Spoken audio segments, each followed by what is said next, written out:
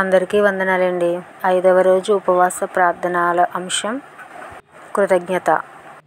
ఎవరైనా మనకు సహాయం చేసినప్పుడు లేదా మన కష్టంలో ఉన్నప్పుడు ఆదుకునేటప్పుడు మనం ఎదుటివారికి చెప్పేది థ్యాంక్ యూ. అదేనండి కృతజ్ఞత.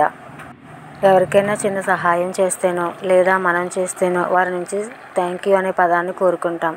అలాంటిది మన యేసయ్య మన కొరకు తినడానికి ఆహారాన్ని, తాగడానికి నీరుని, పీల్చడానికి గాలిని, వేసుకోవడానికి మంచి వస్త్రాలను, సమస్తాన్ని మనకు ఆయన దయచేశారు. మంచి ఫలాలను, మంచి వాతావరణాన్ని, మంచి ఆరోగ్యాన్ని కూడా మనకు ఆయన అనుగ్రహించారు.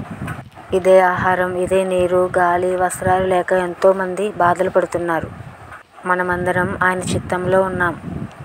ఇంకా మనలను పాపం నుండి విడుదల చేయడానికి ఆయన రక్తాన్ని కార్చి ప్రాణాన్ని పెట్టారు మన కొరకు.